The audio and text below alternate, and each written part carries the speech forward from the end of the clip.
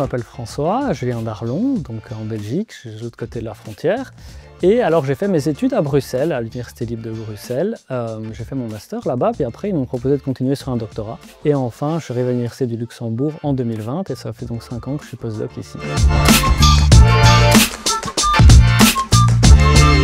Notre recherche en commun, le sujet, c'est la cryptographie. Alors, la cryptographie, c'est une brique de base en fait, de la sécurité informatique, dont le but principal, c'est de regarder si un message qui va de A à B va bien arriver en restant confidentiel et en même temps sans être modifié.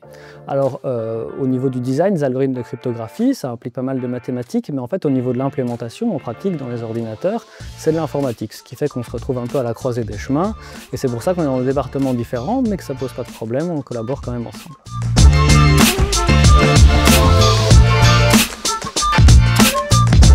Alors la clé de contrôle, comme on l'entend dans le code barre, pas vraiment. La réalité c'est qu'en fait dans le code barre il n'y a pas de contrainte de sécurité. En général dans le code barre, la clé de contrôle est là uniquement pour vérifier qu'il n'y a pas eu d'erreur involontaire. En cryptographie la différence c'est qu'il y a un adversaire qui va essayer de modifier les choses à son avantage. Et du coup on n'a pas exactement le même principe, enfin quelque chose simple comme prendre juste le dernier chiffre ne serait pas suffisant, mais on a quand même quelque chose d'un peu similaire qu'on appelle les fonctions de hachage qui permettent de créer l'empreinte d'un message tel qu'il serait dur de trouver un autre message qui a la même empreinte.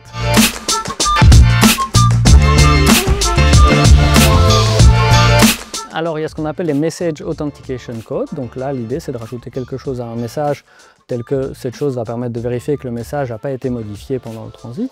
Mais je vais prendre un exemple un petit peu moins naturel qu'on appelle le chiffrement de McElis. En réalité, l'idée c'est d'utiliser un code correcteur d'erreurs, mais un peu d'une manière renversée. En fait, ce que l'envoyeur va faire, c'est qu'il va rajouter des erreurs volontairement dans son message, un maximum d'erreurs même.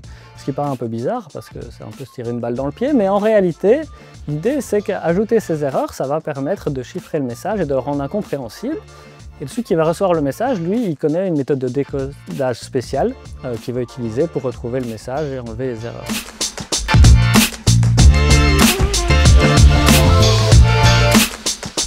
Alors au niveau de la division euclidienne, oui en effet, parce que la division euclidienne c'est un outil mathématique qui est la base de l'arithmétique modulaire et donc ça permet de créer des structures mathématiques avancées qui sont utiles pour représenter l'information. Alors de manière générale, en cryptographie, on utilise les domaines de mathématiques qui sont l'arithmétique et la théorie des nombres, mais de plus général on utilise en informatique. Pourquoi? Parce que en fait, les valeurs représentées en binaire sont équivalentes à des nombres entiers et donc l'arithmétique et la théorie des nombres, c'est ce qui convient pour les manipuler. Alors moi je travaille principalement en informatique, la raison c'est que j'applique la cryptographie, c'est-à-dire que en fait, je regarde ce qui est fait en théorie et j'essaye d'en faire quelque chose en pratique.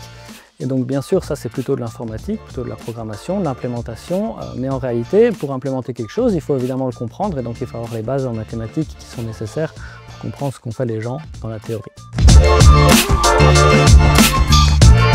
Alors je dirais les sciences informatiques qui sont un juste milieu entre les maths et l'informatique. C'est pas de l'informatique comme on l'entend habituellement, c'est-à-dire c'est pas du développement logiciel, c'est pas du web, mais c'est pas non plus complètement des maths.